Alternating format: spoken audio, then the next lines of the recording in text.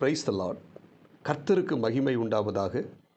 இந்த நல்ல காலை வேளையில் கர்த்தருடைய வார்த்தை மூலமாய் உங்கள் யாவரையும் சந்திப்பதிலே நான் மிகுந்த மகிழ்ச்சி அடைகிறேன். நீதிமொழியின் புத்தகம் 3ஆம் அதிகாரம் 10ஆம் வசனம், அப்பொழுது உன் களஞ்சியங்கள் பூரணமாய் நிரம்பும், உன் ஆலைகளில் திராட்சை ரசம் புரண்டோடும் என்று ஆண்டவர் இந்த காலை நேரத்திலே நமக்கு வாக்கு பண்ணுகிறார். இன்றைக்கு இந்த காலை நேரத்திலே நம்முடைய களஞ்சியங்கள் வெறுமையாக இருக்கலாம், காலியாக இருக்கலாம். நம்முடைய ஆலை என்பது நம்முடைய இல்லத்தை குறிக்கிறது. திராட்சை ரசம் இல்லாமல் வெறுமையாக இருக்கலாம்.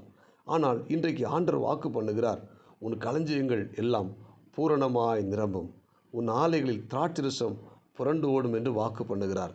இந்த இறை வார்த்தையை கேட்கிற தேவனுடைய பிள்ளைகளே, நாம் ஒவ்வொருத்தரும் இந்த வசனத்தை நாம் விசுவாசிக்கும் போது நம்முடைய வெறுமைகள் எல்லாம் மாறும். ஆமேன். இந்த குறிப்பிட்ட வேத வசனத்தில் அப்பொழுது உன் களஞ்சியங்கள் பூரணமாய் நிரம்பும் என்று ஆண்டவர் சொல்லுகிறார். எப்பொழுது என்று சொல்லி பார்த்தீங்கன்னா, ஒரு 4 காரியத்தை நான் உங்களுக்கு வேகமாக சொல்லி நாம் ஜெபிக்க போகிறோம்.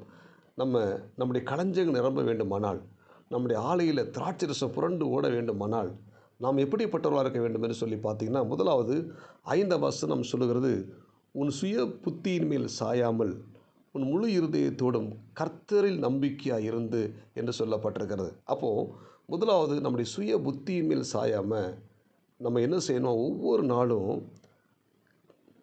முழு இருதயத்தோடு கர்த்தர் மேல் நம்பிக்கையாக இருக்கணும். அல்லேலூயா. நம்ம ஒவ்வொருத்தரும் கர்த்தரை சார்ந்து கொள்ளும் பொழுது, அவரை நம்பும் பொழுது நம்முடைய வெறுமை எல்லாம் மாறும். இந்த காலை நேரத்தில் அநேக தேவனுடைய பிள்ளைகள் தங்களுடைய வெறுமையை மாறுவதற்காக மனுஷரை நம்பி விடுகிறார்கள். அதனால் பார்த்திங்கன்னா, வேதம் சொல்லுகிறது, மனுஷரை நம்புவது கண்ணியை வருவிக்கும். அப்போது நம்ம எந்த மனுஷரை நம்பக்கூடாது. நம்முடைய நம்பிக்கை முழுவதும் கர்த்தர் மேல் இருக்க வேண்டும். நம்முடைய களஞ்சியம் நிரம்ப வேண்டுமானால், நம்முடைய வெறுமைகள் மாற வேண்டுமானால் நாம் யாரை நம்ப வேண்டும்? கர்த்தரையே நம்ப வேண்டும். அவரை சார்ந்து கொள்ளும் பொழுது, அவரை 100% நம்பும்போது நம்முடைய வெறுமைகள் எல்லாம் மாறுவதற்கு தேவன் உதவி செய்வார். எனவே இந்த இறைவார்த்தை கேட்கிற தேவனுடைய பிள்ளைகளே, உங்கள் வெறுமைகள் மாற வேண்டுமானால் நீங்கள் 100% உங்கள் முழு இருதயத்தோடு கர்த்தர் மேல் நம்பிக்கையாக இருங்கள். ரெண்டாவது பார்த்திங்கன்னா, நம்முடைய களஞ்சியங்கள் பூரணம் நிரம்ப வேண்டுமானால் வசனம் 7 சொல்லுகிறது, நீ உன்னை ஞானி என்று எண்ணாதே, கர்த்தருக்கு பயந்து தீமையை விட்டு விலகு. ரெண்டாவது, கர்த்தருக்கு பயந்து தீமையான காரியங்களை விட்டு விலகும்போது நம்முடைய களஞ்சியங்கள் பூரணமாய் நிரம்பும். அல்லேலூயா. அப்போ கர்த்தருக்கு பயப்படுகிற பயம் நமக்குள்ளே காணப்படணும். பயந்து இந்த தீமையான காரியத்தை விட்டு நம்ம என்ன செய்யணும்? விலகணும். நமக்கு எதெல்லாம் தீமை என்று சொல்லி நமக்கு தெரியும். அந்த தீமையான காரியத்தை விட்டு விலகி நம்ம என்ன செய்யணும்? நன்மையான காரியத்தில் போகணும்.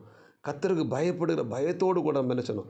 நம்ம தீமையை விட்டு விலகணும். இந்த இறைவார்த்தை கேட்கிற தேவனுடைய பிள்ளைகளே, நம்முடைய களஞ்சியங்கள் பூரணமாக நிரம்ப வேண்டுமானால் நாம் கர்த்தருக்கு பயந்து என்ன செய்யணும்?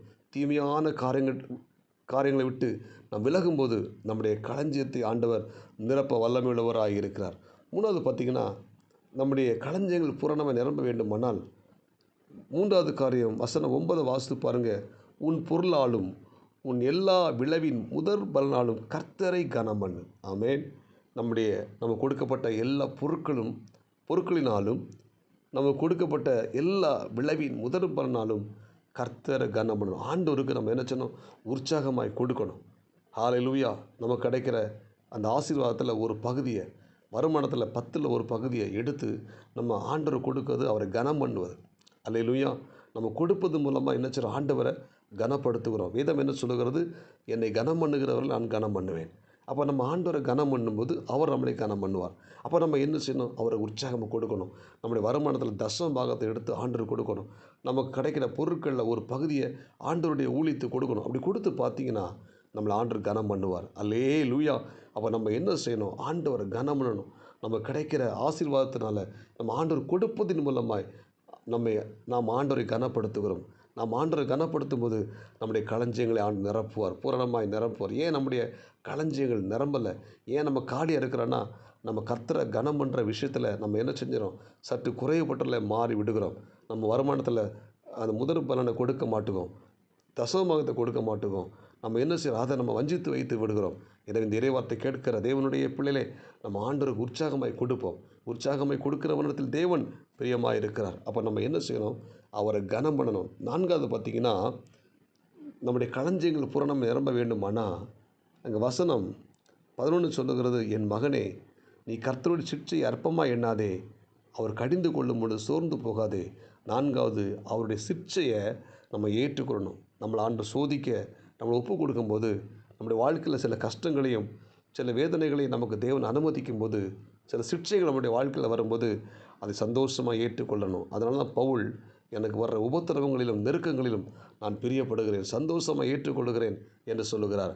ஆமேன். அப்போ நமக்கு வர துன்பங்களையும் பாடுகளையும் நம்ம சந்தோஷமாக ஏற்றுக்கொள்கிற ஒரு பக்குவம் நமக்குள்ளே காணப்படும்போது நம்முடைய களஞ்சியங்கள் பூரணமாய் நிரம்பும், நம்முடைய ஆலைகளில் திராட்சரசம் புரண்டு ஓடும். இந்த இறைவார்த்தை கேட்கிற தேவனுடைய பிள்ளைகளே, இந்த இறைவார்த்தை கேட்கிற நம்முடைய வாழ்க்கையில் இருக்கிற எல்லா வெறுமைகளும் மாறட்டும். ஆமேன். நம்முடைய ஆலைகளில் திராட்சரசம் புரண்டு ஓடட்டும். நம்மை நிச்சயமாக கர்த்தர் ஆஸ்வதிப்பார். ஜெபிப்போமா. பரலோக தேவனே, இரக்கமுள்ள இயேசுவே, இந்த காலை வேளையில் இந்த இறைவார்த்தை கேட்ட ஒவ்வொரு தேவனுடைய பிள்ளைகளை கர்த்தர் ஆஸ்வதிங்க. ஆனால் இந்த இறைவார்த்தை கேட்ட ஒவ்வொரு தேவனுடைய பிள்ளைகளுடைய வெறுமைகள் மாறட்டும். இந்த நாளுக்குரிய கிருபை கொடுங்க. இயேசு கிறிஸ்துவின் நாமத்தில் ஜெபிக்கிறோம் நல்ல பிதாவே. ஆமேன். God bless you. உங்கள் யாவரையும் கர்த்தர் ஆஸ்வதிப்பாராக. இந்த நாள் உங்களுக்கு இனிமையாய் அமையட்டும். ஆமேன்.